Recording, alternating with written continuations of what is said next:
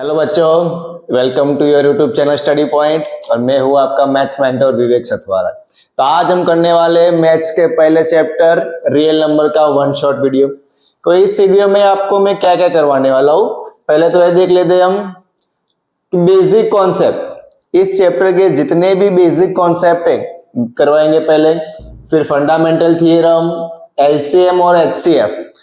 इस चैप्टर का 70% कॉन्सेप्ट बेटा इसके ऊपर ही है। अगर एचसीएफ और एलसीएम समझ लिया आपने तो समझो कि इस चैप्टर का 70% आपको समझ में आ गया।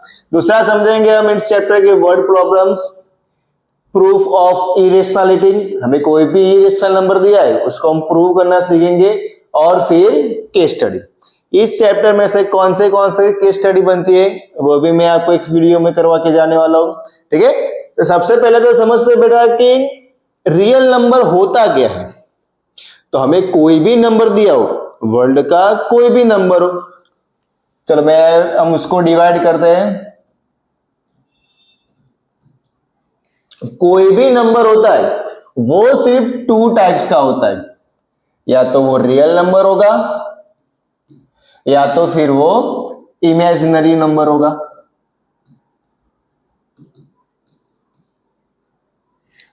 तो यहां पे तो हमें पढ़ना है रियल नंबर। तो बेटा किसको बोलेंगे हम रियल नंबर? कि कोई भी नंबर जैसे कि 2 हो गया, 3 हो गया, 0.3 हो गया, पाई, 2/3, 9/7, एक कोई भी नंबर है, ये सब क्या होंगे बेटा हमारे रियल नंबर होंगे। अगर रियल नंबर को भी मुझे डिवाइड करना है तो मुझे क्या मिलेगा? यहां से एक मिलेगा मुझे रेशनल नंबर और दूसरा मिलेगा मुझे इरेशनल नंबर। ठीक है बेटा, तो फिर रेशनल नंबर किसे कहते हैं और इरेशनल नंबर किसे कहते हैं? तो ऐसे नंबर कि जिसे हम P/Q की फॉर्म में लिख सके, ऐसे कोई भी नंबर कि जिसे हम P/Q की फॉर्म में लिख सके उसको क्या बोलते हैं हम? Rational number. ऐसे नंबर कि जिसको हम P/Q की फॉर्म में नहीं लिख सकते उसको कहते हैं हम इरेशनल नंबर। तो कौन कौन से नंबर आएंगे यहाँ पे देखो बेटा, 2/3 हो गया, इसे हम P/Q की फॉर्म में लिख सकते हैं तो ये रेशनल नंबर हो गया। 9/7 हो गया, वो भी हमारा रेशनल नंबर है। लेकिन यहाँ पे देखो क्या एक नंबर पाई, वो क्या होगा? हमारा इरेशनल होगा। और कोई भी बेटा अंडर रूट में कि जो परफेक्ट स्क्वायर नहीं है, √3 हो गया, √5 हो गया, √7 हो गया, ये सब भी हमारे कौन से नंबर है? रियल नंबर है। तो सर रियल नंबर तो हमें समझ में आ गया, लेकिन ये इमेजिनरी नंबर क्या होता है? कौन से नंबर होते हैं कि जिसको हम इमेजिनरी नंबर बोले? तो बेटा ऐसे नंबर कि जो अंडर रूट में होते और नेगेटिव। अगर नेगेटिव हो और अंडर रूट में हो तो उसको हम क्या बोलेंगे? Imaginary number. क्लियर है? यहां तक सबको समझ में आ गया कि रियल नंबर क्या होता है? कि जिसमें पॉइंट वाले भी हो, डेसिमल वाले भी हो, pi, fraction, whole number, zero, negative, वो सारे नंबर हमारे क्या होते हैं? रियल नंबर होते हैं। ठीक है, इतना कॉन्सेप्ट क्लियर है? चलो अभी आगे चलते हैं हम। अब देखना है कि हमें फैक्टर किसे कहेंगे। यहां पे मैं एक नंबर ले रहा हूं 12। तो फैक्टर का मतलब क्या होता है कि अगर कोई भी नंबर जो नंबर 12 को डिवाइड कर सकता है, ऐसा नंबर कि जो 12 को डिवाइड कर सकता है वो क्या होगा? 12 का फैक्टर। तो कौन कौन से नंबर है जो 12 को डिवाइड कर सकते हैं? 1, 2, 3, 4, 6 और 12। तो ये सारे नंबर क्या हो गए बेटा? हमारे 12 के फैक्टर्स हो गए। तो फिर से मैं एक बात दोहरा रहा हूं कि फैक्टर किसको कहते हैं? ऐसे नंबर जो हमारे नंबर को परफेक्टली डिवाइड कर सके उसको कहते हैं हम फैक्टर्स। तो अब समझते हैं कि मल्टीपल्स क्या होता है? मल्टीपल मींस कि बेटा मल्टीप्लाई। हम जनरली कहते हैं कि उसके जो टेबल में आता है उसको हम बोलते हैं मल्टीपल। समझ लो कि मुझे लिखने हैं 6 के मल्टीपल, तो 6 के टेबल में कौन कौन सा आता है? 6, 12, 18, 24, ये सब क्या हो गए हमारे 6 के मल्टीपल्स हो गए। नेक्स्ट हमें समझना है प्राइम नंबर। तो प्राइम नंबर किसे कहते हैं? ऐसे नंबर कि जिसके ओनली 2 फैक्टर है। कितने फैक्टर है? ओनली 2 फैक्टर है। तो मैं यहां पे लिख सकता हूं ओनली 2 फैक्टर्स। कौन कौन से नंबर है ऐसे? समझ लो कि मैंने नंबर ले लिया 5, और 5 के कितने फैक्टर पड़ेंगे? एक तो 1 और 5। तो बेटा ऐसे नंबर कि जिसके सिर्फ 2 ही फैक्टर है उसको बोलेंगे हम प्राइम नंबर। फिर आता है हमारा कंपोजिट नंबर। तो कंपोजिट नंबर किसे बोलेंगे? More than 2 factors.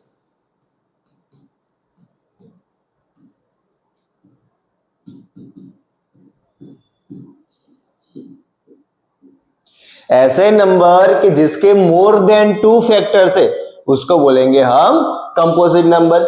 मैं यहां पे उसका एक एग्जांपल ले रहा हूं कि मेरा नंबर है 6। तो 6 के कितने फैक्टर है? 1 तो सबका फैक्टर होता ही है, फिर 2 से भी डिवाइड होता है, 3 से भी डिवाइड होता है, और नंबर इट सेल्फ। तो यहां पे देखो बेटा मुझे 6 के कितने फैक्टर मिले? 4 मिले, यानी कि मोर देन 2 है। तो ये हमारा क्या नंबर हो गया? कंपोजिट नंबर हो गया। अभी ये समझना है हमें बेटा को प्राइम नंबर। तो फिर को प्राइम नंबर किसे बोलेंगे? समझो कि मैं यहां पे आपको 2 एग्जांपल लेके समझा रहा हूं। एक मेरा नंबर है 5 और दूसरा नंबर है 13। चलो अभी देखो 5 के फैक्टर क्या हो गए? 1 और 5। 13 के फैक्टर क्या हो गए?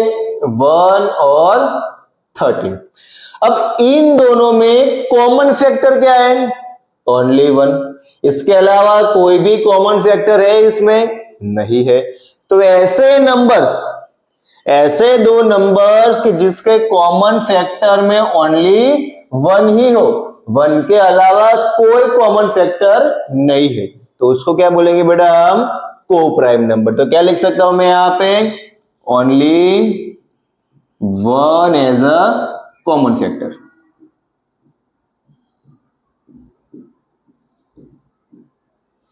क्लियर है यहां तक बेटा?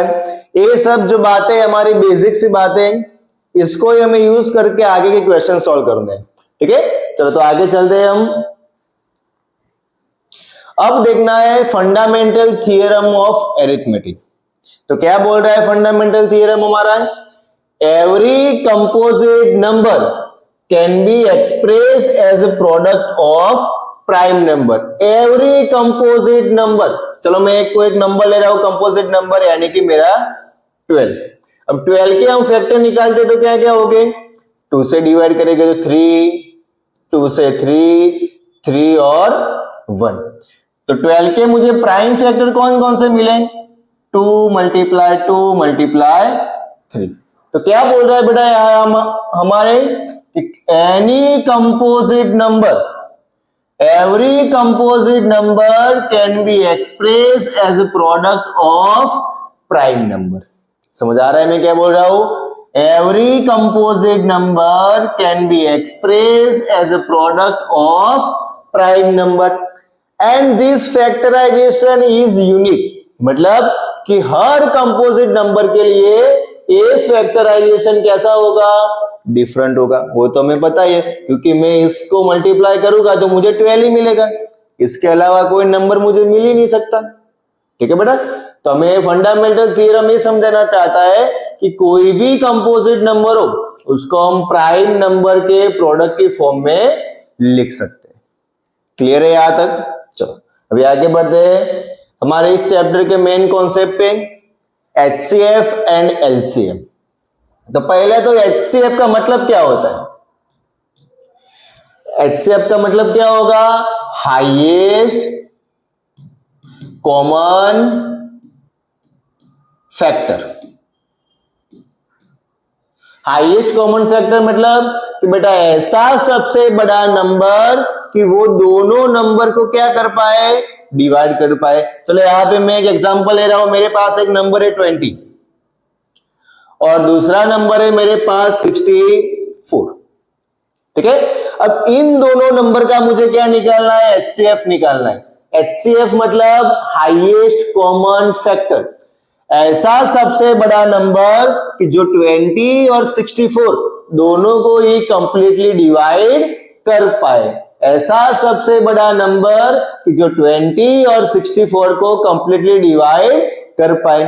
तो उसके लिए हमें सबसे पहले क्या निकालना होगा, इन दोनों का फैक्टर। चलो निकालते हैं उन दोनों का प्राइम फैक्टर। 2 से 10, 2 से 5, 5, 1 और 64 का क्या होगा, 2 से करेंगे 32, 2 से करेंगे 16, 2 से 8, 2 से 4, 2, 2, 1। क्लियर है यहाँ तक? चलो बेटा दोनों का हम लिखते हैं। मैं इसको ऐसा लिख सकता हूं, 2 बार 2 है तो मैं 2 का स्क्वायर लिख सकता हूं और इंटू 5। अब 64 में 2 कितनी बार है उसके प्राइम फैक्टर में, 1, 2, 3, 4, 5, 6, तो 2⁻6।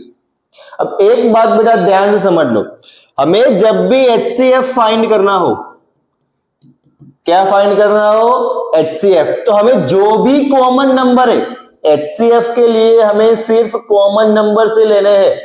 तो जो भी कॉमन हो उसकी छोटी पावर, कौन सी पावर, छोटी पावर। इसको बेटा ध्यान से समझ लेना कि HCF में जो भी कॉमन नंबर है उसकी हम कौन सी पावर लेंगे, छोटी पावर। तो यहां पे देखो इन दोनों फैक्टर में कॉमन क्या है, ओनली 2, और इनमें भी छोटी पावर किसके, 2 स्क्वायर। तो इसका HCF क्या होगा, 2 स्क्वायर यानी कि 4। क्लियर है इतनी बात? अब बेटा समझ लो कि मुझे LCM भी फाइंड करना है। तो LCM में यहां पे हमने देखा कि HCF के लिए हम छोटी पावर देखते हैं जो कॉमन है उसकी, लेकिन LCM ने छोटी पावर नहीं, हमें कौन सी पावर लेनी है, बड़ी वाली पावर। तो मैं यहां पे इसको भी लिख देता हूं, LCM इक्वल टू बड़ी पावर।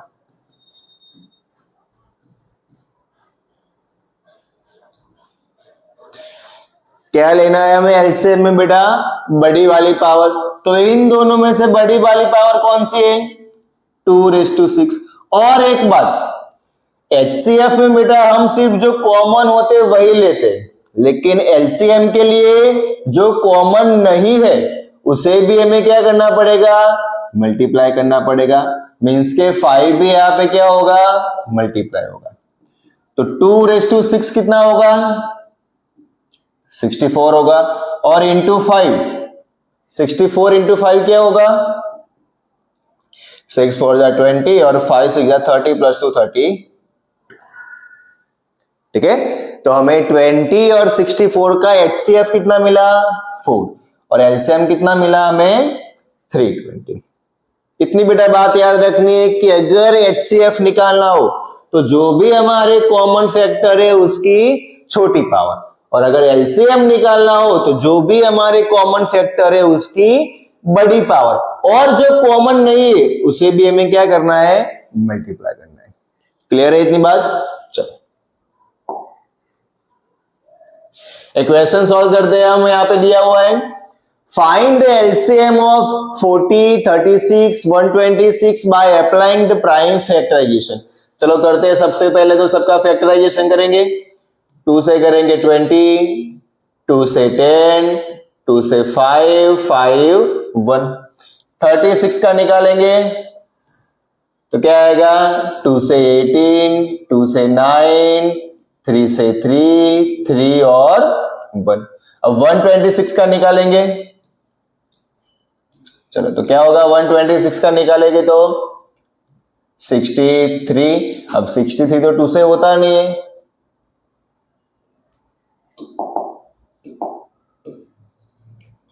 तो किससे करेंगे, 3 से करेंगे।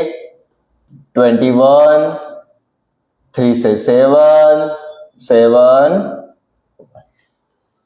क्लियर है? चलो अब सबको लिखते हैं हम प्राइम फैक्टर की फॉर्म में।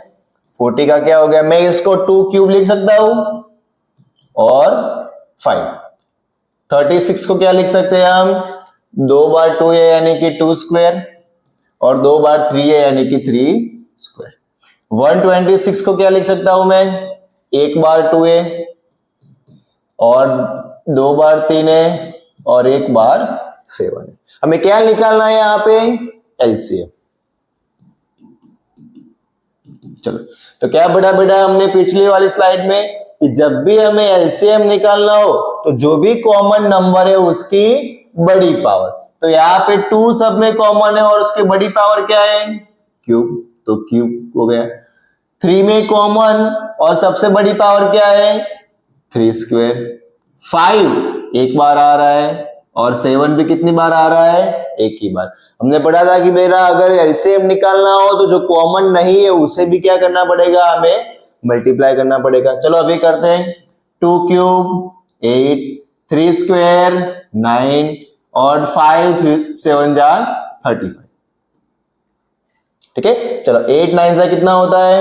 72 और इंटू 35, तो 72 इंटू 35 करेंगे तो हमें इन तीनों नंबर का क्या मिल जाएगा? एलसीएम। चलो करते हैं इसका मल्टीप्लाई हम। 5 2 जा 10, 7 5 जा 35, 36, 3 2 जा 6, 7 3 जा 21, तो 0 2 1 4 5 2, तो क्या मिला हमें इसका एलसीएम? 2520। क्लियर है याद है बेटा? चलो अभी आगे बढ़ते हैं हम। If P and Q are two distinct prime number, P and Q दोनों अलग अलग प्राइम नंबर है, then their HCF। हम क्या बताया हमें बेटा कि प्राइम नंबर है, P and Q both are prime number, तो प्राइम नंबर के कितने फैक्टर होते हैं? Only 2, 1 and number itself, 1 and number itself। क्या निकालना है हमें? HCF। HCF के लिए हम क्या करते हैं? दोनों में जो कॉमन होता है, दोनों में कॉमन क्या है? ओनली 1, तो इन दोनों का HCF क्या होगा बेटा हमारा? 1। P and Q are two distinct prime number, वही क्वेश्चन है। P and Q both are two prime number, prime number के फैक्टर क्या होते हैं? 1 and number itself, 1 and number itself। इस बार हमें क्या निकालना है? एलसीएम। चलो एलसीएम के लिए बेटा क्या करते हैं हम? जो कॉमन है उसको तो मल्टीप्लाई करते हैं और जो कॉमन नहीं है उसे भी हम मल्टीप्लाई करते हैं, तो इनका मल्टीप्लाई करेंगे तो क्या आएगा आंसर हमारा? P multiply Q। चलो let P be a prime number. हमें बोला गया है कि बेटा P क्या है? हमारा प्राइम नंबर है, तो P हमारा प्राइम नंबर है। The sum of its factor, तो P के फैक्टर के सम क्या होगा? तो पहले तो P का फैक्टर कौन से हो गए? P हमारे बेटा प्राइम नंबर है, तो प्राइम नंबर के फैक्टर तो 1 एंड नंबर इटसेल्फ, और उसके फैक्टर का क्या निकालना है हमें? सम। तो क्या होगा? P प्लस 1 या फिर 1 प्लस P। तो क्या दिया गया हमारा ऑप्शन? ए रहा।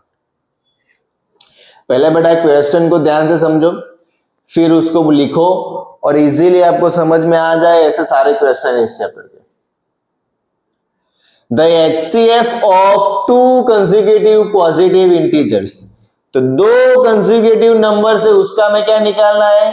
HCF। अब कंसेक्यूटिव नंबर किसको बोलते हैं बेटा? कि जो लगातार आ रहे हैं, जैसे कि 2 के बाद कौन सा नंबर आ रहा है? 3 के बाद कौन सा नंबर आ रहा है? 4। ऐसे दो कंसेक्यूटिव पॉजिटिव इंटीजर है, समझ लो कि एक नंबर मेरा 2 है और दूसरा नंबर क्या है? 3। इनका क्या निकालना है हमें? HCF। HCF के लिए बेटा सबसे पहले मैं उनका फैक्टर निकाल दें। 2 के फैक्टर क्या होंगे? 1 और 2। 3 के फैक्टर क्या होंगे? 1 और 3। तो HCF निकालना है हमें, तो HCF के लिए क्या नहीं करते थे हम? दोनों में जो कॉमन फैक्टर हो वो होगा हमारा HCF। तो दोनों का एक कॉमन फैक्टर क्या है? 1। तो क्या होगा हमारा HCF? 1।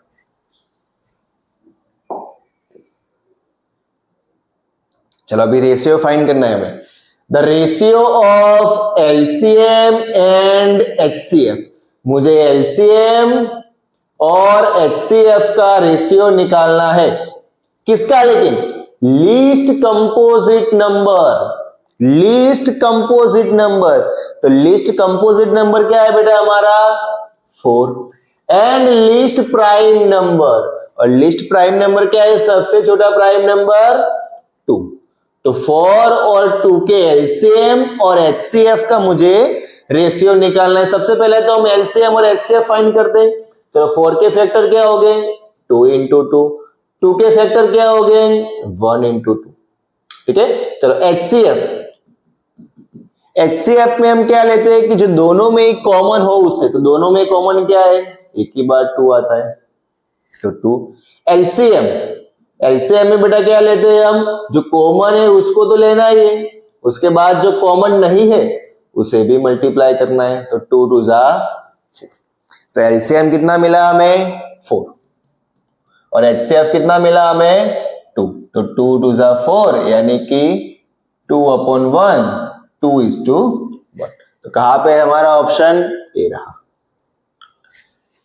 ठीक है, पहले बेटा क्वेश्चन को ध्यान से समझो फिर उसको लिखो और 1 बाय 1 वर्ड को समझेगे तो इजीली समझ में आ जाएगा आपको क्वेश्चन। चलो ए बढ़िया वाला क्वेश्चन है। Can the number 4:n and with a digit 0 and n being a natural number. क्या बोल रहा है कि अगर 4 की पावर कोई भी नेचुरल नंबर है, 4 की पावर कोई भी नेचुरल नंबर है, वो कभी भी 0 से एंड हो सकती है क्या, वो हमें बताना है। तो पहले तो समझो बेटा कि 0 से कोई नंबर कब एंड होता है। तो समझो कि मेरा कोई नंबर है 10, वो 0 से एंड हो रहा है, तो 10 के फैक्टर क्या है 2 इंटू 5। अभी दूसरा नंबर है 20, वो भी 0 से एंड हो रहा है, 20 के फैक्टर क्या है 2 इंटू 2 इंटू 5। 30 भी 0 से एंड हो रहा है, तो 30 के फैक्टर क्या है 2 इंटू 3 इंटू 5। समझ में आ रहा है। तो बेटा यहां से आपको कुछ कोई पैटर्न दिख रही है क्या कि जो भी नंबर 0 से एंड हो रहे उसके फैक्टर में 2 and 5 तो होता ही है, 2 and 5 तो होता ही है। तो अगर 4:n को 0 से एंड होना है तो उसके फैक्टर में क्या होना चाहिए 2 and 5 उसके फैक्टर होने चाहिए। चलो अभी चेक करते हैं कि उसके फैक्टर में 2 and 5 है कि नहीं। तो पहले तो हम क्या लिखेंगे कि 4:n can and with 0 if 2 and 5 it's common, sorry, prime factor. चलो तो देखते हैं कि 4 के फैक्टर में 2 और 5 आता है कि नहीं आता। तो 4 के फैक्टर क्या होते हैं बेटा 2 इंटू 2। यहां पे 2 तो आता है लेकिन 5 आता नहीं है, तो क्या 4:n 0 से एंड होगा नहीं होगा। तो क्या लिखेंगे हम 4 in factor of 4 does not contain 5 as a factor. Thus 4:n cannot end with 0। समझ आ रहा है बेटा कि अगर किसी भी नंबर को 0 से एंड होना है तो उसके फैक्टर में क्या होने चाहिए 2 और 5 उसके फैक्टर में होने चाहिए। चलो explain why 7 multiply 11 multiply 13 plus 13 is a composite number. हमें बताना है कि ये कंपोजिट नंबर क्यों है। पहले तो कंपोजिट नंबर किसे बोलते हैं बेटा, हमने पहले स्लाइड में पढ़ा था कि जिसके मोर देन 2 फैक्टर्स होते उसे बोलते हैं कंपोजिट नंबर। चलो इसको सॉल्व करते हैं। पहले तो मैं लिख लेता हूं, इस नंबर को मैं x नाम देता हूं, तो x equal to 7 multiply 11 multiply 13 plus 13। अब देखो दोनों नंबर में 13 कॉमन आ रहा है, तो 13 को मैं कॉमन ले लेता हूं, तो बचा क्या मेरे पास 7 इंटू 11, यहां पे कुछ नहीं बचा तो 1, तो 13 इज 7 इंटू 11 77 प्लस 1 78।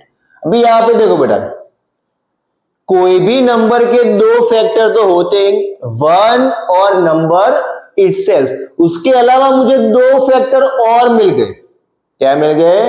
दो फैक्टर और मिल गए। इसके पर से मैं क्या कह सकता हूं कि इस नंबर के मोर देन 2 फैक्टर तो है ही, क्योंकि दो तो यहां पे मिले और 1 और नंबर इटसेल्फ तो उसका होता ही है, तो इसके मुझे 4 तो यहीं पे मिल गए। अगर इसको ज्यादा मैं फैक्टराइज करूंगा तो और भी मुझे मिलेंगे, लेकिन हमें उसकी जरूरत ही नहीं है। ठीक है बेटा, तो मैं यहां पे कह सकता हूं कि x has more than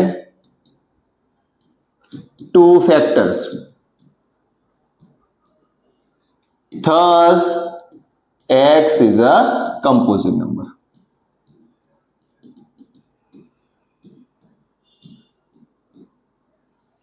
clear है बेटा यहां तक? चलो, the exponent of 5 in the prime factorization of 3750। तो अगर इस नंबर का हम प्राइम फैक्टराइजेशन करेंगे तो 5 का एक्सपोनेंट क्या आएगा वो बताना है हमें। तो चलो इसको करते हैं। सबसे पहले 2 से डिवाइड करें तो क्या होगा? चलो 2 से डिवाइड करें तो क्या आएगा हमारा आंसर? फटाफट से कर लेते हैं, डायरेक्टली मैं कर देता हूं। 18, 36 और 75।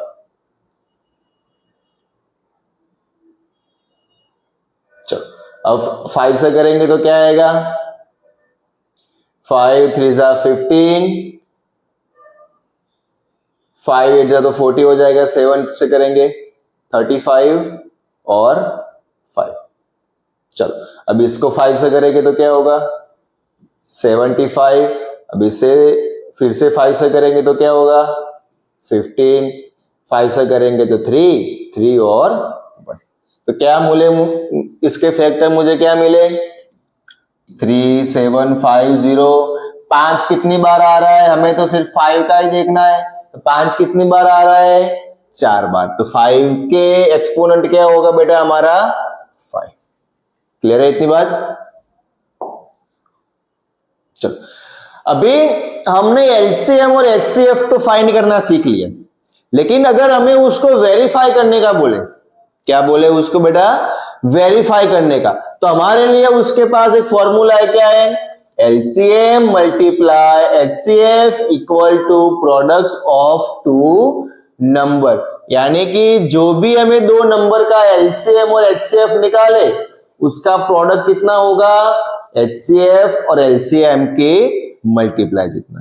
ठीक है, उसको हम एग्जांपल के थ्रू समझते तो ज्यादा अच्छे समझ आएगा। तो यहां पे हमें कोई एक नंबर दिया हुआ है, HCF and LCM of two number and 9 and 360। HCF है हमारा 9, LCM है हमारा 360। इफ वन नंबर इज 45, समझ लो कि मेरा एक नंबर है 45, तो फाइंड द अदर नंबर, दूसरा नंबर मुझे क्या करना है बेटा? फाइंड करना है। तो अभी हमने देखा वो फॉर्मूला क्या था? LCM multiply HCF equal to product of two numbers. ठीक है, अब इसमें सिर्फ वैल्यू पुट करेंगे हम। LCM कितना है हमारा? 360। HCF कितना है? 9। प्रोडक्ट ऑफ टू नंबर, तो दो नंबर कौन से? इसमें से एक नंबर हमें दिया हुआ है 45, दूसरा नंबर मुझे फाइंड करना है। अब ये 45 मल्टीप्लाई में साइड चेंज करेंगे तो डिवाइड हो जाएगा,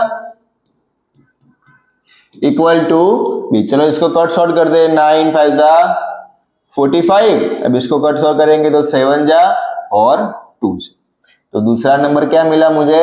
72। क्लियर है बेटा यहां तक? चल सेम क्वेश्चन है। एलसीएम ऑफ 32 एंड 8, तो एलसीएम बेटा हमें दिया हुआ है 64, एचसीएफ दिया हुआ है 4। एक नंबर है 32, दूसरा नंबर है हमारा 8, जिसे हमें फाइंड करना है। तो फटाफट से फॉर्मूले में वैल्यू पुट करते हैं। तो LCM multiply HCF equal to product of two numbers. तो LCM दिया हुआ है 64, HCF है 4, एक नंबर है 32, दूसरा नंबर मुझे फाइंड करना है। ठीक है, चलो 32 मल्टीप्लाई में साइड चेंज करेंगे तो डिवाइड हो जाएगा। तो 32 टू जा 64, 4 टू जा 8। तो दूसरा नंबर क्या होगा बेटा हमारा 8। समझ आ रहा है सबको? कैलकुलेशन बेटा एकदम इजी है, इसलिए थोड़ी स्पीड में जा रहा है।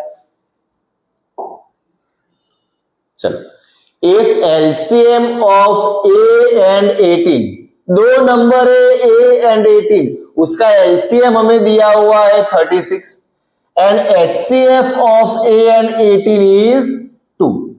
LCM है 36 और HCF है हमारा 2। दो नंबर है, एक नंबर है, दूसरा नंबर है 18। क्या निकालना है हमें? A की वैल्यू। वही फॉर्मूला बार बार हमें यूज करना है। ठीक है, चलो, तो LCM दिया हुआ है 36, HCF दिया हुआ है हमें 12, प्रोडक्ट ऑफ टू नंबर्स, एक नंबर है 18, दूसरा नंबर फाइंड करना है। ठीक है, चलो साइड चेंज करेंगे तो डिवाइड हो जाएगा। 36 मल्टीप्लाई 2 अपॉन 18 इक्वल टू, चलो 18 टू जा 36, 2 टू जा 4। तो क्या मिला मुझे? A की वैल्यू 4। ठीक है, चलो, if two positive integer are A and B written as, A को हम कैसे लिखते हैं? x cube y square. B की वैल्यू क्या दी हुई है हमें? x y cube. x and y are prime numbers, then HCF क्या निकालना है बेटा हमें इसका? HCF। HCF के लिए हम कौन सी पावर देखते हैं? कि जो भी दोनों में कॉमन हो उसकी छोटी पावर। तो दोनों में x कॉमन है और उसकी छोटी पावर क्या है? x raised to 1। y दोनों में कॉमन है और छोटी पावर क्या है? तो क्या हो गया हमारे इन दोनों नंबर का HCF? x y square. चलो, if two positive integer A and B are written as, तो A की वैल्यू हमें मिली हुई है यहाँ पे x cube y square, B की वैल्यू दी है हमें x y cube. Where x and y are prime numbers, then the result obtained by dividing, अब यहां से बेटा ध्यान से देखना है क्वेश्चन को। रिजल्ट obtained by dividing, हमें किसी को डिवाइड करना है, लेकिन किसे डिवाइड करना है? Product of the positive integers, जो भी दोनों नंबर है उसके प्रोडक्ट को हमें डिवाइड करना है। तो सबसे पहले तो इनके प्रोडक्ट करते क्या होगा? X cube y square multiply x y cube. इसे डिवाइड करना है, लेकिन किससे डिवाइड करना है? By the LCM of a and b, इन दोनों नंबर के एलसीएम से डिवाइड करना है। तो सबसे पहले तो हम इसका एलसीएम निकालेंगे। एलसीएम के लिए कौन सी पावर? बड़ी पावर। तो x की बड़ी पावर क्या है? x cube. y की बड़ी पावर क्या है? y cube. तो इसके एलसीएम से हमें डिवाइड करना है, तो x क्यूब y क्यूब। चलो अब जहां पे कट हो रहा है वहां पे कट कर रहे हैं, x cube y cube y cube. क्या बचा हमारे पास? x y square. ठीक है बेटा, यहां पे ध्यान से इस क्वेश्चन को देखो, हमें बोल रहा है कि the result obtain by dividing. Result कब मिलेगा? जब हम डिवाइड करेंगे, लेकिन किसको डिवाइड करेंगे? Product of the positive integer, जो भी दोनों हमें नंबर दिए उसके प्रोडक्ट को डिवाइड करना है। किससे डिवाइड करना है? By the LCM of a and b, इन दोनों नंबर के एलसीएम से डिवाइड करना है। तो हमने उसका एलसीएम निकाला, दोनों को डिवाइड कर दिया, तो मिल गया हमें आंसर। चलो, the sum of exponent of prime factor in a prime factorization of 250। तो क्या बोल रहा है क्वेश्चन हमें कि अगर 250 के प्राइम फैक्टराइजेशन करेंगे तो उसके जो भी फैक्टर मिलेंगे उसका एक्सपोनेंट का सम क्या होगा। तो सबसे पहले तो उसका प्राइम फैक्टर निकालते हैं। चलो 2 से करेंगे तो 125, फिर 2 से तो नहीं होगा, 5 से करेंगे 25, 5 5 5। तो इसके फैक्टर क्या मूल्य मुझे 2⁻1 और 5 कितनी बार है 3 बार है। हमें क्या निकालना है बेटा उसके फैक्टर के एक्सपोनेंट का सम। क्या निकालना है एक्सपोनेंट का सम। तो यहाँ पे 3 है और यहाँ पे 1 है और 3 + 1 कितना होता है 4। तो कहा है हमारा आंसर 4। ठीक है सारे इजी क्वेश्चन है और इंपॉर्टेंट क्वेश्चन है बेटा। अब ये वाला क्वेश्चन ध्यान से समझो। The largest number which divides the largest number। तो लार्जेस्ट नंबर के लिए हम क्या निकालते हैं HCF में पढ़ा था हमने। ऐसा सबसे बड़ा नंबर की जो डिवाइड कर सके सबसे बड़ा नंबर। तो सबसे बड़े नंबर के लिए हम क्या निकालते बेटा HCF। तो हमें इतना तो पता चल गया कि इतना ही रीड करके कि निकालना हमें HCF ही। लेकिन किसका divide 70 and 125 leaving remainder 5 and 8। तो ये इस क्वेश्चन को ध्यान से समझो। क्या बोल रहा है बेटा कि ऐसा सबसे बड़ा नंबर कि जो 70 और 125 दोनों को डिवाइड कर रहा है और रिमाइंडर क्या बच रहा है हमारा 5 and 8। अब एक बात समझो बेटा कि अगर कोई भी नंबर किसी को डिवाइड कर रहा है तो उसमें रिमाइंडर क्या बचेगा 0 बचेगा। अगर रिमाइंडर नहीं बचेगा तभी वो परफेक्टली डिवाइड कर पाएगा। लेकिन यहां पे तो रिमाइंडर बच रहा है। अगर उसको परफेक्टली डिवाइड करना है तो रिमाइंडर क्या होना चाहिए 0 होना चाहिए तभी वो परफेक्टली डिवाइड कर पाएगा। तो हम क्या करेंगे जो भी नंबर है 70 उसमें से जितना भी रिमाइंडर बच रहा है उसको क्या करेंगे माइनस कर देंगे। तो 70 माइनस क्या होगा 5 65 और 125 माइनस 8 कितना होगा 117। क्लियर है बेटा इतनी बात। अब इन दोनों नंबर का है जो भी हमें दोनों नंबर मिले उसका क्या निकालना है हमें HCF। तो चलो पहले तो इनका फैक्टराइज करते हैं हम। 3 से करेंगे 5 से करेंगे डायरेक्टली पहले 13 5 31 और 117 किससे होगा 9 से यानी कि 3 से हो जाएगा। 3 3 9 2 बचा 3 9 27। फिर 3 से करेंगे 13 और 1। ठीक है चलो दोनों के फैक्टर लिखते हैं हम। 65 का होगा 5 × 13 और 117 का है 3 स्क्वायर × 13। निकालना क्या है हमें HCF सबसे लार्जेस्ट नंबर। तो लार्जेस्ट नंबर के लिए बेटा निकालते हैं हम HCF और HCF में जो दोनों कॉमन होता है तो कॉमन क्या है इन दोनों में 13। तो क्या होगा हमारा आंसर 13। सेम क्वेश्चन है बेटा अगले क्वेश्चन की जैसा ही है। Find the greatest number. तो ग्रेटेस्ट नंबर के लिए क्या निकालेंगे हम HCF divided 445 572 and 699 living reminder 4 5 and 6। कि अगर ऐसा कोई सबसे बड़ा नंबर कि जो इन तीनों को डिवाइड करता है तो तब क्या छोड़ता है ये तीनों उसके क्या है रिमाइंडर है। तो हमने क्या किया था कि जितना भी रिमाइंडर बच रहा है उसको क्या कर देंगे माइनस। जितना भी रिमाइंडर बच रहा है उसको क्या कर देंगे माइनस।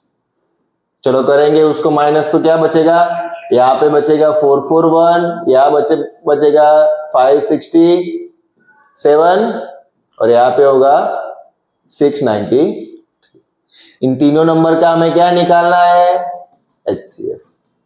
तो ये मैं आपको होमवर्क में दे रहा हूं। ठीक है सिंपल ही बेटा करना है कि जो भी तीनों नंबर है उसका क्या निकालना है हमें HCF निकालना है। चलो the LCM of two number is 2400। कोई भी दो नंबर है उसका LCM क्या है 2400 है। तो which of the following can not be their HCF। इनमें से कौन सा नंबर इसका HCF नहीं हो सकता। तो बेटा देखो एक बात मेरे ध्यान से समझ लो कि जो भी हमारा HCF होता है is always factor of LCM। इसको ध्यान से समझ लेना बेटा कि जो भी हमारा HCF होता है वो LCM का क्या होता है, फैक्टर होता है। फैक्टर यानी कि वो उसको परफेक्टली डिवाइड कर सकता है। तो यहाँ पे देखो 300 है, 24 को डिवाइड कर सकता है, कर सकता है। 4 है, 400 वो डिवाइड कर सकता है, कर सकता है। 500 क्या 500 2400 को डिवाइड कर सकता है, नहीं कर सकता। तो बेटा कुछ भी हो जाए लेकिन 500 तो उन दोनों नंबर का HCF नहीं हो सकता। तो हमें सिर्फ क्या देखना है कि जो भी हमें LCM HCF के ऑप्शन दिए वो LCM को डिवाइड कर पा रहे हैं या नहीं कर पा रहे। अगर वो कर पा रहे तो उससे HCF हो सकते, अगर डिवाइड नहीं कर पा रहे तो वो उसके HCF नहीं। चलो एक और हमें क्वेश्चन दिया हुआ है, x की वैल्यू हमें दी हुई है 2⁵ इंटू 7, y की वैल्यू दी है हमें 2² इंटू 3² इंटू 5 और z की वैल्यू दी है हमें 3⁵n 5⁵2 और इसका क्या दिया हुआ है हमें LCM। क्या है LCM? 2 5 3⁴, 7⁴1 और 5⁵2 में क्या निकालना है, n की वैल्यू। अब LCM क्या होता है बेटा, सबसे बड़ी पावर। अगर जो भी नंबर में उसकी सबसे बड़ी पावर है वो क्या होगा हमारा n। चलो अब 2 की सबसे बड़ी पावर हमें दी हुई है, 3 की सबसे बड़ी पावर। अब देखो यहां पे जो हमें आंसर दिया हुआ है LCM उसमें 3 की पावर कितनी है, 4। अगर उसके फैक्टर में 3 की पावर 4 होगी तभी उसके LCM में 3 की पावर 4 आएगी।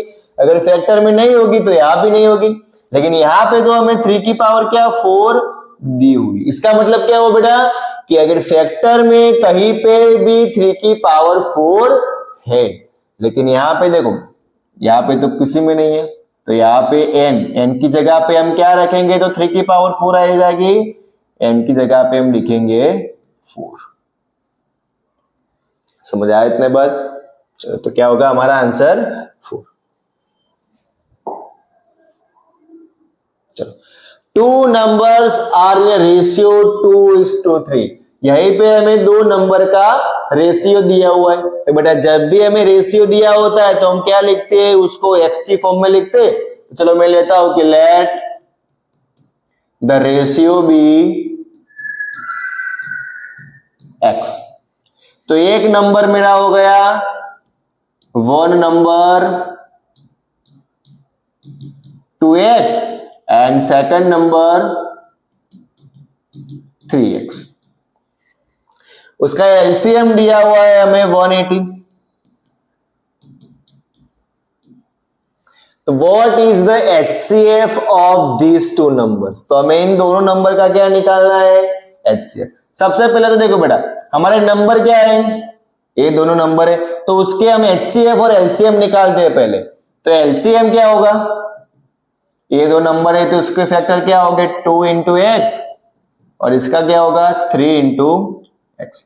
LCM निकालने के लिए क्या करते हैं, जो दोनों में कॉमन है वो और जो कॉमन नहीं है उसे भी मल्टीप्लाई करते। तो 2 3 6 यानी कि 6x। और HCF में हम क्या लेते हैं, जो दोनों में कॉमन है वो, तो दोनों में कॉमन क्या है x। निकालना किसकी वैल्यू है हमें, HCF की वैल्यू। ठीक है, चलो तो HCF की वैल्यू यानी कि मुझे x की वैल्यू फाइंड करनी है। अब बेटा यहां पे देखो LCM की वैल्यू तो हमें दी हुई है 180 और इसमें क्या आ रही है वो 6x, यानी कि ये दोनों क्या होगी इक्वल होगी। तो मैं इसको ऐसे लिख सकता हूं 180 इक्वल टू 6x। 6 क्या आ जाएगा डिवीजन में और इसको डिवाइड करेंगे तो क्या आएगा हमारा आंसर 30। तो x की वैल्यू क्या मिली मुझे 30, वही तो हमें फाइंड करनी थी। ठीक है, सबसे पहले क्या किया बेटा, हमें उसको रेशियो में दिया था तो उसके x की फॉर्म में लिखा, उसके फैक्टर निकालेगी तो हमें मिले फैक्टर्स। LCM क्या होता है, जो कॉमन होता है वो तो लेते हैं, जो कॉमन नहीं है उसको भी मल्टीप्लाई करना है।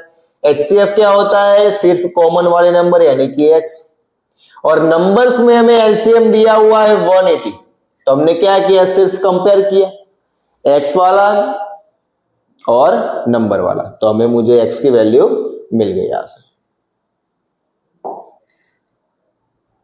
चलो अब एक बड़ा क्वेश्चन ध्यान से समझना। इफ HCF ऑफ 124 एंड 180, चलो पहले तो हमें क्या निकालना है? उसका HCF निकालना है। चलो निकाल देते। 2 से डिवाइड करेंगे तो क्या आएगा? 72, 2 से करेंगे 36, 2 से 18, 2 से 9, 3 3 3 1, और 180 का क्या होगा? 2 से 90, 2 से 45, 3 से 15, 3 से 5 5। चलो HCF निकालेंगे इन दोनों का तो क्या होगा? 144 को मैं कैसे लिख सकता हूं? 2 की पावर कितनी है? 1 2 3 4, तो 2⁴। 3 की पावर कितनी है? 2 है। 180 क्या होता है? 2 की पावर 2 और 3 की पावर 2 और 5। क्या निकालना है हमें? HCF निकाल दिया है HCF। चलो HCF के लिए बेटा क्या देखती थी? छोटी पावर यानी कि 2 स्क्वायर, यहाँ पे भी 3 स्क्वायर। 2 स्क्वायर 4, 3 स्क्वायर 9, तो 9 4 जा 36। अभी आगे पढ़ो क्या बोल रहा है?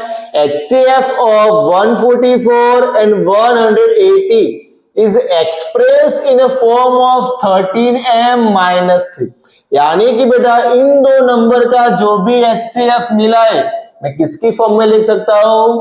इस फॉर्म में लिख सकता हूं। इसको किसकी फॉर्म में लिख सकते हैं? ऐसा लिख सकते हैं। तो मैं ऐसा लिख सकता हूं कि 36 इक्वल टू 30m माइनस 3। ठीक है बेटा, हमें यहां पे बोला है कि इन दो नंबर का जो भी HCF है उसको कैसे एक्सप्रेस कर सकते हैं? ऐसे एक्सप्रेस कर सकते हैं। तो उन दोनों का नंबर का HCF निकाला और ऐसे हमने एक्सप्रेस किया। अब देखो -3 है, साइड चेंज करेंगे तो +3 इक्वल टू 30m, क्या होगा? 39 equal to 13m, side change करेंगे तो 39/13 इक्वल टू m, तो क्या होगा? 3। क्या मिली बेटा हमें m की वैल्यू? 3।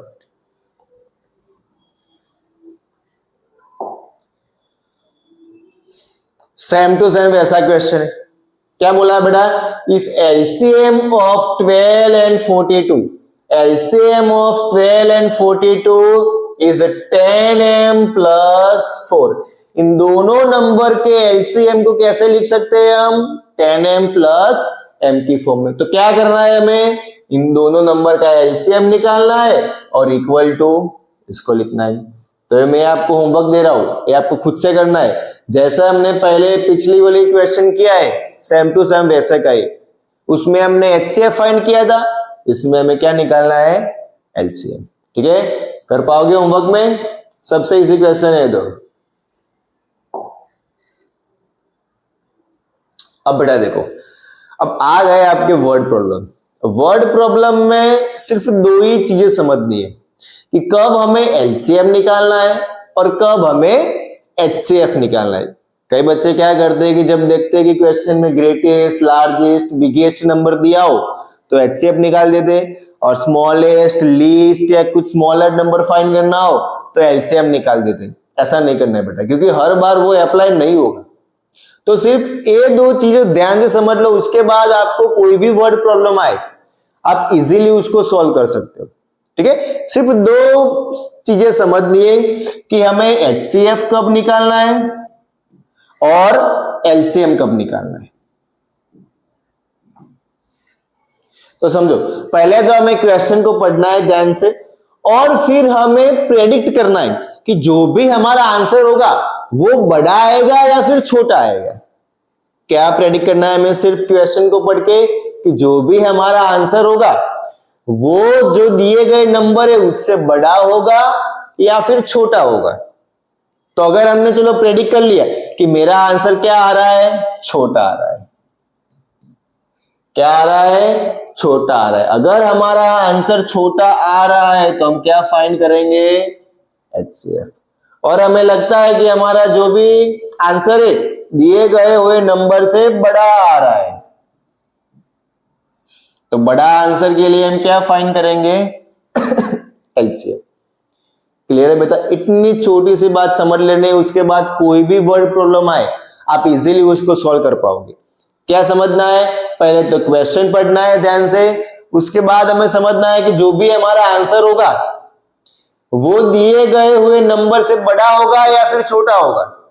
अगर बड़ा होगा तो हम एलसीएम फाइंड करेंगे, और अगर छोटा होगा तो हम एचसीएफ फाइंड करेंगे। क्लियर है बेटा? इतनी सी बात। हमें पहले क्या करना है? क्वेश्चन को ध्यान से पढ़ना है। चलो अभी इन क्वेश्चन को समझते हैं ध्यान से। तो क्या बोला हुआ है? There is a circular path around a spot field. Sonia takes 18 minutes to drive one round, and while Ravi takes 12 minutes the same. Suppose they both start at the same point at the same time and go in the same direction. After how many minutes they will meet again at the straight point? तो क्या बोला है? यहाँ पे कोई एक field है, कोई सर्कुलर फील्ड है, तो दो पर्सन है, सोनिया एंड रवि, दोनों बेटा सेम टाइम से सेम पॉइंट पे रन करना स्टार्ट कर रहे हैं। तो जो सोनिया है वो कितने मिनट में पूरा राउंड कंप्लीट करती है? 18 मिनट में। और रवि कितने मिनट में कंप्लीट करता है? 12 मिनट्स में। तो अब समझो बेटा कि दोनों पर्सन यहां से एक साथ स्टार्ट कर रहे हैं, तो रवि ने तो 12 मिनट में कंप्लीट करके यहां पे पहुंच गया। समझो क्या हो गया बेटा? रवि 12 मिनट में कंप्लीट करके यहां पे पहुंच गया। फिर से क्या सोनिया वहां पे पहुंच पाएगी? नहीं पहुंच पाएगी। क्यों नहीं पहुंच पाएगी? क्योंकि बेटा उसको कितना टाइम लगता है पूरा कंप्लीट करने में? 18 मिनट लगते हैं, यानी कि वो यहां कहीं भी घूम रही होगी। समझ रहे बेटा मेरी बात को? रवि 12 मिनट में इस सर्कल को कंप्लीट करके यहां पे आ जाएगा, लेकिन सोनिया कहां पे होगी? कहीं पीछे होगी। और जब सोनिया यहां पे पहुंचेगी तो रवि कहीं आगे निकल गया होगा। समझ रहे हो कि सोनिया जब यहां पे स्टार्टिंग पॉइंट पे फिर से पहुंचेगी तो रवि कहां पे आगे निकल गया होगा। यानी कि 18 या 12 इन दोनों टाइम्स में तो वो दोनों फिर से नहीं मिल पाएंगे, वो दोनों आगे निकल जाएंगे। मतलब क्या हुआ कि हमें टाइम इससे ज्यादा लगेगा। क्या लगेगा? उन दोनों को फिर से मिलने में टाइम क्या लगेगा? ज्यादा लगेगा। और अगर हमारा बड़ा आंसर आ रहा है तो हम क्या निकाल देते बेटा उसके लिए? एलसीएम। ठीक है, तो हमें इन दोनों का 18 और 12 का क्या निकालना है? एलसीएम। तो सबसे पहले फैक्टर निकालते हैं उनके। 2 से करेंगे 9, 3 से करेंगे 3, 3 और 1। 12 के फैक्टर हो गए 2, 6, 2, 3, 3, 1। चलो तो 18 का क्या हो गया? 2 इंटू 3 स्क्वायर, और 12 के हो गए 2 स्क्वायर इंटू 3। एलसीएम के लिए बड़ा पावर, तो बड़ा पावर कौन सा है? 2 स्क्वायर और 3 स्क्वायर। 2 स्क्वायर 4, 3 स्क्वायर 9, यानी कि 36। तो कब रवि और सोनिया फिर से मिलेंगे स्टार्टिंग पॉइंट के बेटा? 36 मिनट के बाद वो दोनों फिर से यहां पे स्टार्टिंग पॉइंट पे मिलेंगे। क्लियर है इतनी बात? हमें एक ही चीज फाइंड करनी है कि हमें एलसीएम निकालना है कि एचसीएफ निकालना है। वो दोनों निकालना है तो हमको आता है। ठीक है, चलो एक और वर्ड प्रॉब्लम है। There are 312, 260 and 156 students in class 10, 11 and 12. Respectively, buses are to be hired to take the student to a picnic. तो बेटा 3 क्लास के स्टूडेंट है और उनको पिकनिक के लिए ले जाने के लिए बसें बुलवाई गई है। Find the maximum number of students who can sit in the bus if each can takes equal number of student. तो हमें क्या फाइंड करना है? कैसा मैक्सिमम नंबर ऑफ स्टूडेंट क्या होगा? ऐसे कितने मैक्सिमम स्टूडेंट है जिसको हम सभी बसों में इक्वली डिवाइड कर पाए? हमें किसमें डिवाइड करना है? 32 में डिवाइड करना है। अब मुझे एक बात बताओ बेटा कि ये जो स्टूडेंट दिए हुए उससे हमारे 32 का नंबर क्या होगा? 32 उससे ज्यादा लगेगी या कम लगेगी? हम एक बस में एक स्टूडेंट को रखेंगे, ऐसा होता है?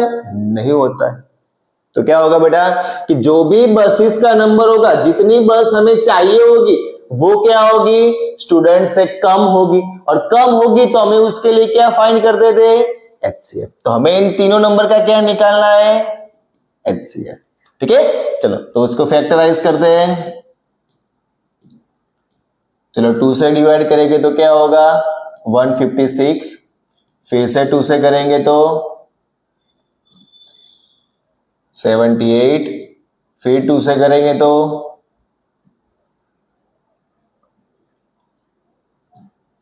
39, 3 से करेंगे 13, 3, 13, 1, 260। 260 का क्या होगा? 2 से करेंगे तो 130, 2 से करेंगे 65, 3 से तो नहीं होगा, 5 से होगा, 13 5 13, 1, 156। 156 का बेटा देखो यहां से ही आ रहा है पूरा। 78, 2 से करेंगे तो 39, 3 से करेंगे 13, 13, 1।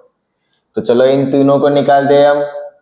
क्या लिख सकता हूं? 2 स्क्वायर और 3 इंटू 13। 260 का क्या लिख सकते हैं हम? 2 स्क्वायर, 5 और 13। 156 का क्या लिख सकते हैं हम? 2 स्क्वायर, 3 और 13। निकालना क्या है बेटा हमारा? HCF। तो HCF के लिए क्या करते थे हम कि जो भी कॉमन है उसकी छोटी पावर। तो यहां पे तो सब में कॉमन ही है, फिर और कॉमन है तीनों में 13। चलो तो 2 स्क्वायर, 4 और 13। तो 13 4 से कितना होता है?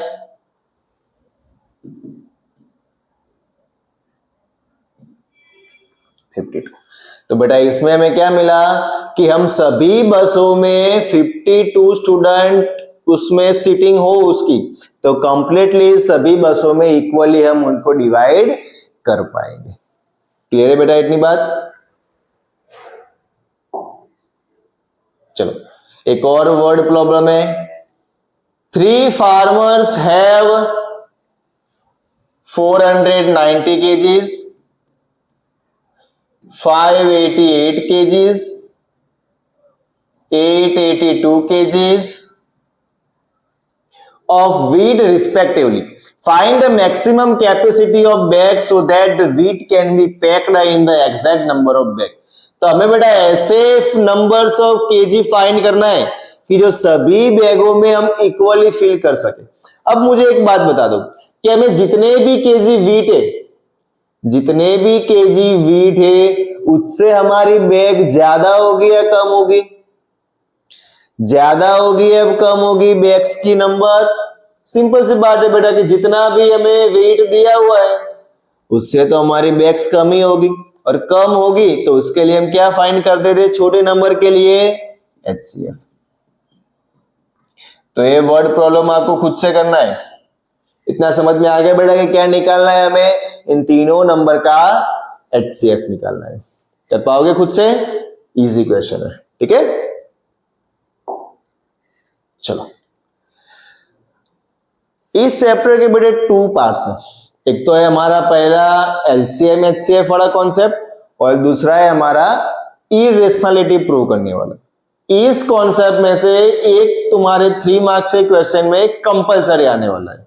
मींस के इरेशनल नंबर को प्रूव करना आपको 100% आने वाला है, और एकदम इजी चीज है, एकदम इजी क्वेश्चन है, आपको एकदम आराम से हो पाएगा। ठीक है, यहां पे क्या बोला है हमें कि √2 को इरेशनल नंबर प्रूव करना है। तो यहां पे बेटा प्रूव करने के लिए हम एक मेथड यूज करेंगे जिसको क्या बोलते हैं? Contradiction method. क्या बोलते हैं? Contradiction method. कॉन्ट्राडिक्शन मेथड क्या होता है कि कोई भी चीज हमें प्रूव करना है उसको पहले हम उल्टा सोचते हैं और उसको गलत प्रूव करते हैं। क्या बोल रहे हो सर, समझ ही नहीं आ रहा है। चलो मैं आपको एग्जांपल लेके समझता हूं। यहां पे मेरा एक दोस्त है, समझ लो कौन है? एक मेरा दोस्त है। मुझे प्रूव करना है कि ये इंसान क्या है? अच्छा इंसान है। ठीक है, ये जो सुमित है वो अच्छा इंसान है, मुझे ऐसा प्रूव करना है। तो मैं कैसे करूंगा? अगर मैं ऐसा बोलूं कि सुमित बुरा इंसान नहीं है, क्या बोलूं मैं? सुमित बुरा इंसान नहीं है। अगर बुरा नहीं है तो कैसा हो गया? अच्छा हो गया। अगर बुरा नहीं है तो ऑटोमेटिकली क्या हो गया बेटा हमारा? अच्छा हो गया। तो इसी को बोलते हैं कॉन्ट्राडिक्शन मेथड। मुझे यहाँ पे √2 को इरेशनल प्रूव करना है। तो अगर मैं ऐसा प्रूव कर दूं कि √2 रेशनल नंबर नहीं है, क्या कर दूं मैं? √2 रेशनल नंबर नहीं है। अगर रेशनल नंबर नहीं है तो क्या हो गया हमारा? Irrational number. क्लियर है बेटा इतनी सी बात? तो चलो सबसे पहले तो मैं अज्यूम करता हूं कि let us assume that √2 is a rational number.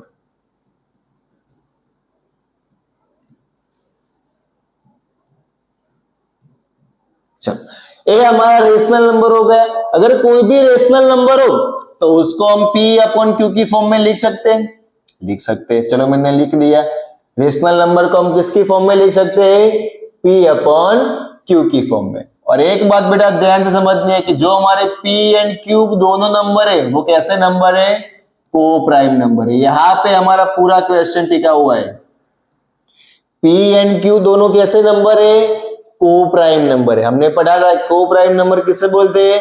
ऐसे दो नंबर कि जिसमें कॉमन फैक्टर ओनली 1 हो, 1 के अलावा कोई भी कॉमन फैक्टर नहीं है। चलो अब क्या करेंगे? मैं इसकी साइड चेंज करता हूं यहाँ पे, तो क्या हो जाएगा? √2Q इक्वल टू, अब करनी है हमें बोथ साइड स्क्वायरिंग। क्या करनी है? Both side squaring. चलो तो √2Q का स्क्वायर करेंगे और इस साइड करेंगे P का स्क्वायर। रीजन लिखना है हमें, भूलना नहीं है रीजन लिखने में। Both side squaring. चलो 2 स्क्वायर और स्क्वायर रूट क्या हो जाएगा? कट जाएगा। Q का स्क्वायर क्या होगा? Q square. P का स्क्वायर क्या होगा? P square. अब यहां से बेटा एक ध्यान से देखो, ये 2 मल्टीप्लाई में साइड चेंज होगा तो क्या हो जाएगा? डिवाइड हो जाएगा। तो P स्क्वायर अपॉन 2। यहां से मुझे बेटा क्या समझ में आ रहा है कि ये जो 2 है वो P स्क्वायर को क्या कर रहा है? डिवाइड कर रहा है। ये 2 है P स्क्वायर को क्या कर रहा है? डिवाइड कर रहा है। अगर कोई भी नंबर उसको डिवाइड कर रहा है तो हम उसको क्या बोलेंगे? वो उसका फैक्टर है। तो मैं यहां ऐसा बोल सकता हूं कि 2 is a factor of P square. बोल सकता हूं मैं ऐसा, P स्क्वायर का फैक्टर क्या है हमारा? 2 है। चलो लिखते हैं, हम ऐसा लिखते हैं उसको, 2 is a factor of P square. अगर देखो बेटा 2 P स्क्वायर का फैक्टर है तो वो P का भी फैक्टर हो सकता है। 2 P स्क्वायर का फैक्टर है तो वो P का भी फैक्टर हो सकता है। सर समझ में नहीं आया? चलो देखो मैं यहां पे ऐसे समझा रहा हूं कि कोई नंबर है हमारा 4 स्क्वायर, ठीक है। अब इसका फैक्टर है 2। 2 किसका फैक्टर है? 4 स्क्वायर का फैक्टर है। यानी कि जो 2 है 4 स्क्वायर को कंप्लीटली डिवाइड कर सकता है। 4 स्क्वायर क्या होता है? 16, उसको डिवाइड कर सकता है। तो अब मैं ऐसा बोल सकता हूं कि जो 2 है वो अकेला 4 को भी डिवाइड कर पाएगा। 2 4 स्क्वायर को तो डिवाइड कर पाएगा, तो ऐसा बोल सकता हूं कि 2 4 को भी डिवाइड कर पाएगा। यस, 2 4 को डिवाइड कर पाएगा। तो इसी तरह बेटा ऐसे बोल सकते हैं कि 2 जो फैक्टर है P स्क्वायर का, सो 2 is also factor of P। Clear है यहां तक? 2 P स्क्वायर का फैक्टर है तो वो P का भी फैक्टर हो सकता है। चलो अब यहां से बेटा एक नंबर लेना है। मैं ऐसा अज्यूम करता हूं कि कोई नंबर है P, वो क्या है? 2C, और ये C क्या है हमारा? कोई भी इंटीजर है। तो क्या लिखूंगा? C is an integer. अब देखो, ये जो हमें p की वैल्यू मिली है, यहाँ पे मैं इसको इक्वेशन 1 दे देता हूं नाम। तो ये जो p की वैल्यू मिली है कहां पे रखेंगे हम? इक्वेशन नंबर 1 में। जो p की वैल्यू है कहां पे रखेंगे हम? इक्वेशन नंबर 1 में। तो चलो यहाँ पे साइड में करते हैं बेटा, p की वैल्यू रखेंगे इक्वेशन नंबर 1 में। तो 2q square equal to bracket में p की वैल्यू क्या मिली मुझे? 2c। क्या है उसका? स्क्वायर। तो क्या कर दिया मैंने? स्क्वायर। चलो करते हैं। 2q स्क्वायर, 2 का स्क्वायर 4, c का स्क्वायर 6 स्क्वायर। अब 4 मल्टीप्लाई में साइड चेंज करेंगे तो क्या हो जाएगा? डिवाइड, यानी कि c स्क्वायर। 4 2 जा 2 2 जा 4। तो यहां पे बेटा मुझे ऐसा मिला। तो इसको मैं कैसे लिख सकता हूं? मैं ऐसा कह सकता हूं कि 2q स्क्वायर को परफेक्टली डिवाइड कर सकता है। जो 2 है q स्क्वायर को परफेक्टली डिवाइड कर सकता है। अगर उसको डिवाइड कर पाए तो वो क्या हो जाएगा? उसका फैक्टर। इसी तरह यहाँ पे p स्क्वायर को 2 डिवाइड करता था तो वो क्या हो गया? उसका फैक्टर। तो यहाँ पे भी q स्क्वायर को कौन डिवाइड कर रहा है? 2। तो यहाँ पे लिख सकता हूं मैं 2 is a factor of q square. अगर 2 q स्क्वायर का फैक्टर है तो वो q का भी फैक्टर होगा। तो 2 is a factor of q। Clear है बेटा इतनी बात? बस यहाँ पे हमारा खत्म हो जा रहा है, इतनी सी बात समझनी है। हमने पहले क्या किया था कि p एंड q दोनों कौन से नंबर है? को प्राइम नंबर। को प्राइम यानी कि उन दोनों में ओनली 1 ही कॉमन है, इसके अलावा कोई कॉमन फैक्टर नहीं है। लेकिन यहां पे तो मुझे मिल गए, p का भी फैक्टर 2 है और q का भी फैक्टर 2 है, यानी कि 1 के अलावा दूसरा भी इन दोनों का कॉमन फैक्टर है। तो हमने जो अज्यूम किया था कि ये दोनों क्या है? को प्राइम है और वो रेशनल नंबर है, वो क्या हो गया हमारा? गलत हो गया। क्या हो गया? गलत हो गया, क्योंकि हमने अज्यूम किया था कि वो को प्राइम है और रेशनल नंबर है, लेकिन उसके तो 1 के अलावा दूसरा भी फैक्टर मिल रहा है। ठीक है, तो क्या लिखेंगे हम? p and q both have common factor 2। तो जो कुछ भी हमने अज्यूम किया था वो क्या हो गया? गलत हो गया। क्यों गलत हो गया? कौन से मेथड से हमने किया था? कॉन्ट्राडिक्शन मेथड से। तो क्या लिखेंगे हम? So this contradiction arisen because of our wrong assumption।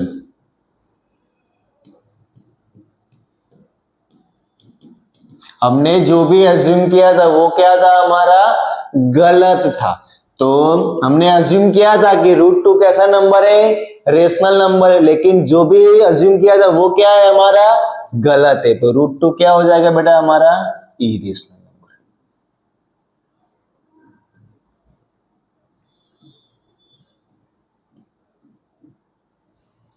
Clear है इतनी बात?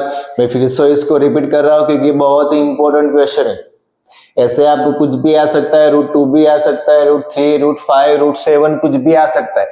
सब में इसी मेथड से करना है। यहाँ पे जो फैक्टर मिल रहा है यहाँ पे सिर्फ उसको अज्यूम करना है। जिसका भी फैक्टर मिल रहा है, सोचो यहाँ पे मुझे p का फैक्टर मिल रहा है, क्या मिल रहा है? 2। तो मैंने p को क्या अज्यूम किया? 2c। ठीक है, अगर सोचो मुझे यहाँ पे √3 को प्रूव करना होता तो यहाँ पे मुझे 3 मिलता p का फैक्टर। ठीक है, तो मैं क्या लिखता? p equal to 3c। अगर मुझे √7 को प्रूव करना होता तो मैं क्या लिखता? यहाँ पे p इक्वल टू 7c। जो भी फैक्टर मिल रहा है उसी को सिर्फ हमें अज्यूम करना है और a p की वैल्यू फर्स्ट वाली इक्वेशन में पुट करनी है। ये आपको 3 मार्क्स का क्वेश्चन आता है और इतना इजी है, और एक क्वेश्चन तो आता ही है, पक्का आता है, तो करके ही जाना है। ठीक है बेटा, चलो। अभी बोला मैंने √5, ये आपको खुद से करना है। ठीक है, हमने जैसे √2 को प्रूव किया उसी तरह √5 को करना है, कोई भी मेथड में चेंज नहीं है। चलो अब ऐसे नंबर दिए वो तुम्हें दो टर्म्स की फॉर्म में, तो उसको कैसे करेंगे, ये तो उससे भी इजी है, ये वाले क्वेश्चन तो जो हमने पिछले किए उससे भी इजी है। तो क्या करना है, 6 plus √2 is a irrational number where √2 is a irrational number। हमें पहले से बोला है कि ये √2 क्या है, irrational नंबर है। तो सबसे पहले हमारा काम क्या था, हम अज्यूम करते थे कि ये नंबर कौन सा है, रेशनल नंबर है। तो 6 plus √2 is a rational number, हम अज्यूम कर रहे हैं। ठीक है, अगर रेशनल नंबर है तो कैसे लिख सकते हैं हम, P अपॉन Q की फॉर्म में लिख सकते हैं, और P एंड Q दोनों कैसे हो गए, कोप्राइम। अब ये तो बेटा एकदम इजी है, इसमें तो स्क्वायरिंग भी नहीं करना, कुछ भी नहीं करना, सिंपल सा है। 6 क्या है, प्लस है, साइड चेंज होगा तो क्या हो जाएगा, माइनस। तो √2 equal to P upon Q minus 6। अगर यहाँ पे मुझे माइनस करना है तो क्या लेना पड़ेगा, एलसीएम। Q होगा मेरा एलसीएम, तो यहाँ पे Q पे हो जाएगा मल्टीप्लाई, तो P माइनस 6Q अपॉन, यहाँ पे देखो बेटा √2 मुझे दिया गया है इरेशनल नंबर, और ये नंबर देखो P अपॉन Q की फॉर्म में ही दिया हुआ है नंबर। ये नंबर कैसा है, P अपॉन Q की फॉर्म में है, तो ये नंबर है रेशनल नंबर, ये है इरेशनल नंबर। तो इरेशनल नंबर रेशनल नंबर के इक्वल होता है, कभी नहीं होता। रेशनल नंबर और इरेशनल नंबर कभी इक्वल होते नहीं होते। तो क्या लिख सकता हूं मैं, irrational is not equal to rational number. हमें स्टेटमेंट लिखना है, तो क्या लिख सकता हूं यहां पे, we know that √2 is a irrational and P minus 6Q upon Q is a rational number and irrational is not equal to rational number। ठीक है, और फिर जो हमारा जो स्टेटमेंट था, so this contradiction arisen because of our wrong assumption, thus 6 plus √2 is a irrational number। चलो तो लिख देता हूं, so this contradiction arisen because of our wrong assumption, thus 6 plus √2 is a irrational number।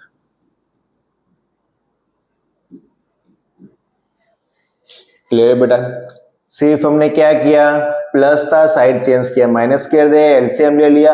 √2 हमें पहले से ही irrational दिया हुआ है, और इरेशनल हमारा P अपन Q की फॉर्म में है, तो उसको हम रेशनल नंबर बोलेंगे। तो इरेशनल और रेशनल कभी भी इक्वल नहीं हो सकते, तो हमने जो भी अज्यूम किया था वो क्या है, गलत है। तो हमने अज्यूम किया था कि ये नंबर रेशनल है, लेकिन वो तो गलत है, रेशनल नहीं है, तो क्या होगा, इरेशनल होगा। तो डायरेक्टली वो प्रूव हो जाएगा बेटा कि 6 plus √2 क्या हो गया हमारा, इरेशनल नंबर। क्लियर है, ऐसा ही सेम टू सेम एक क्वेश्चन आपको खुद से प्रैक्टिस के लिए दे रहा हूं, एक क्वेश्चन आपको खुद से करना है। ठीक है,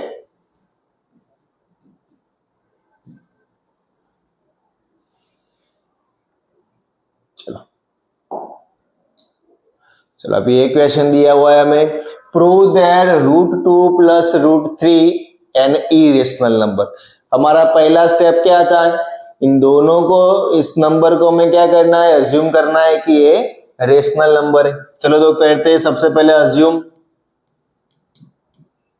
let us assume that √2 plus √3 is an rational number.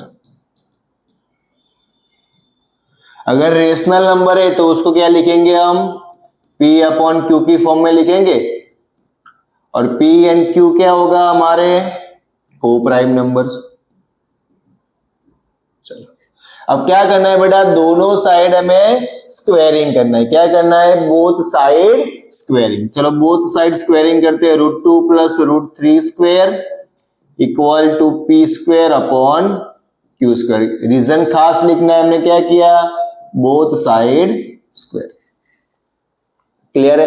अब देखो बेटा, ये हमारी कोई आइडेंटिटी बन रही है, a प्लस बी का whole square, a plus B का होल स्क्वायर। तो यहाँ पे हम क्या यूज करेंगे, आइडेंटिटी यूज करेंगे।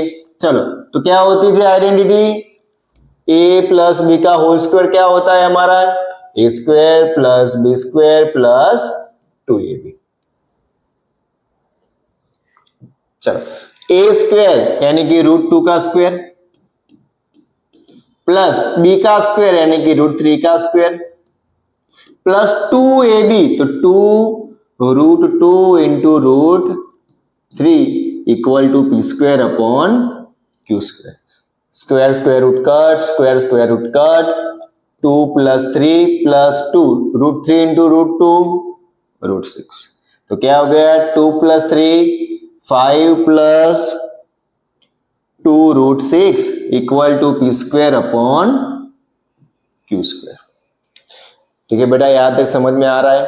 अब देखो सिंपल सी बात है, ये +5 है, साइड चेंज करेंगे तो क्या हो जाएगा, माइनस हो जाएगा। तो 2 √6 equal to P square upon Q square minus 5। अब ये 5 आ रहा है, या इसके एलसीएम क्या होगा, Q स्क्वायर होगा। तो मैं ऐसे लिख सकता हूं कि 2 √6 equal to P square minus Q square upon Q square. अब 2 मल्टीप्लाई में साइड चेंज होगा तो डिवाइड हो जाएगा, तो P square minus Q square upon 2Q square. अब देखो, ए मेरा irrational number, a rational number, A irrational number, a rational number, वो दोनों कभी इक्वल हो सकते हैं, नहीं हो सकते। तो हमने जो अज्यूम किया था कि ये तो रेशनल नंबर है, लेकिन वो तो यहाँ पे गलत प्रूव हो रहा है। ठीक है, तो हमने अज्यूम किया था कि ये दोनों रेशनल नंबर है, लेकिन वो क्या है, गलत है, कि ये क्या हो गए हमारे इरेशनल नंबर। तो मैं कैसे लिखूंगा, √6 is a irrational number and P square minus Q square upon 2Q square is a rational number. तो स्टेटमेंट याद करके जाना, स्टेटमेंट के मार्क्स मिलेंगे, अगर नहीं लिखेंगे तो कट भी जाएंगे। ठीक है, तो so this contradiction arisen because of our wrong assumption।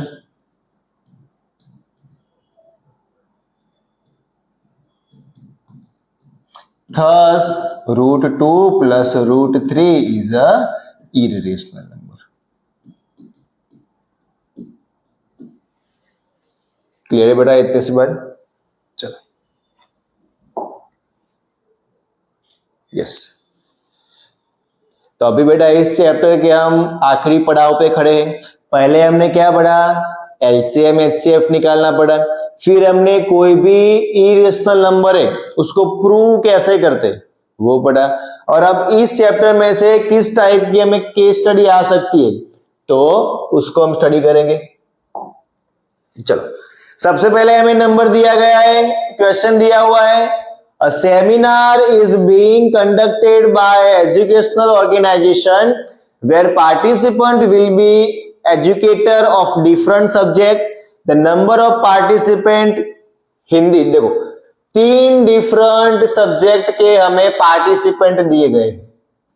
पहले तो क्वेश्चन को ध्यान से समझो कि कोई एक सेमिनार है, उसमें 3 सब्जेक्ट के स्टूडेंट है, और कौन से सब्जेक्ट के कितने स्टूडेंट है वो हमें यहाँ पे दिए हुए है। ठीक है, तो पहला क्वेश्चन हमें आ रहा है, in each room the same number of participant are to be seated and all of them being same subject.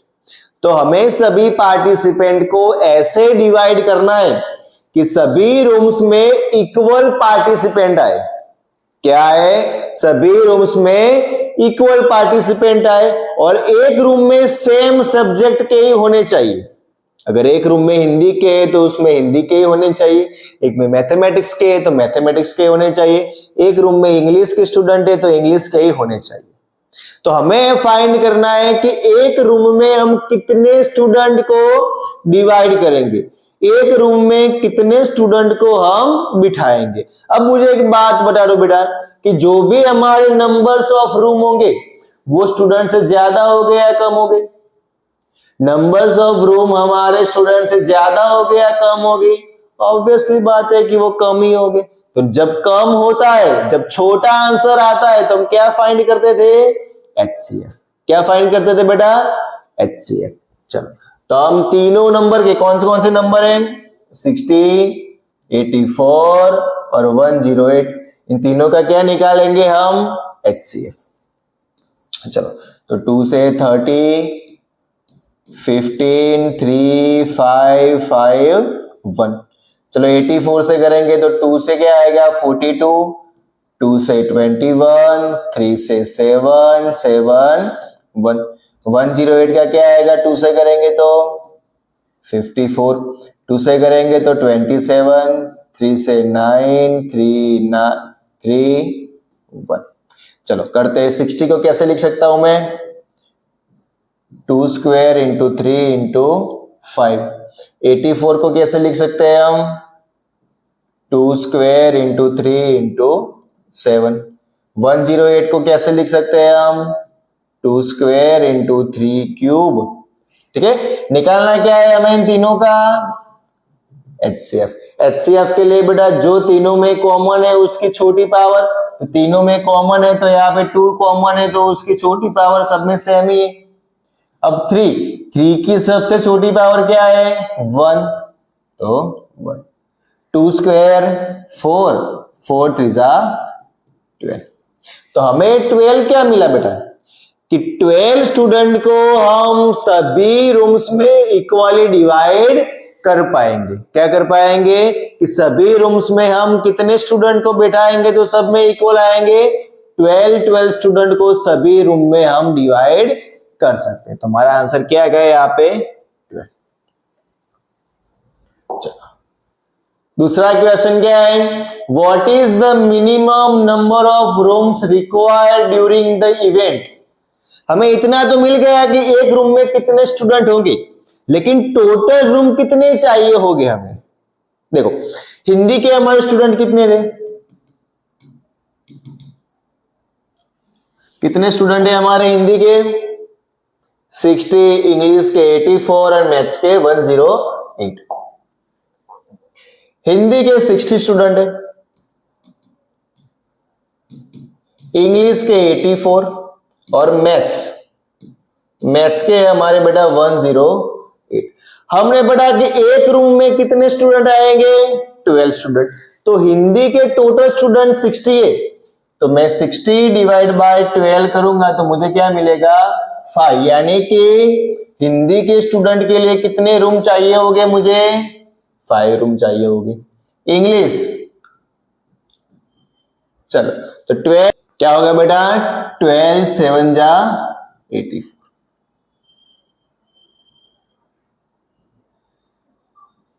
चलो तो अब मैथ्स के लिए बेटा कितने आएंगे? 108 डिवाइड बाय 12, तो 12 9 जा 108। हिंदी के लिए कितने रूम चाहिए होंगे? 5। इंग्लिश के लिए कितने रूम चाहिए होंगे? 7। मैथ्स के लिए कितने रूम चाहिए होंगे? 9। तो टोटल कितने रूम चाहिए होंगे मुझे? 5 + 7 + 9, तो 9 + 7 16, 16 + 5 21। तो मिनिमम कितने रूम्स चाहिए होंगे मुझे बेटा? 21 रूम चाहिए होंगे। The LCM of 6084 and 108, इन तीनों नंबर का LCM क्या होगा? तो LCM निकालने के लिए हमें फैक्टर चाहिए और फैक्टर हमने पहले ही क्वेश्चन में निकाल दिए। क्या मिले थे मुझे फैक्टर्स? देखो 60 के मिले थे 2 क्यूब 2 स्क्वायर 3 इंटू 5,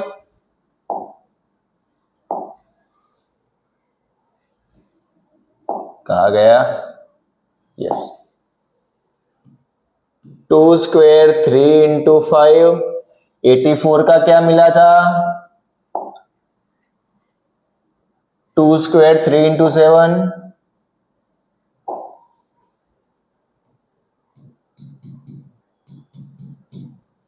और 108 का क्या मिला था हमें? 2 स्क्वायर 3 क्यूब।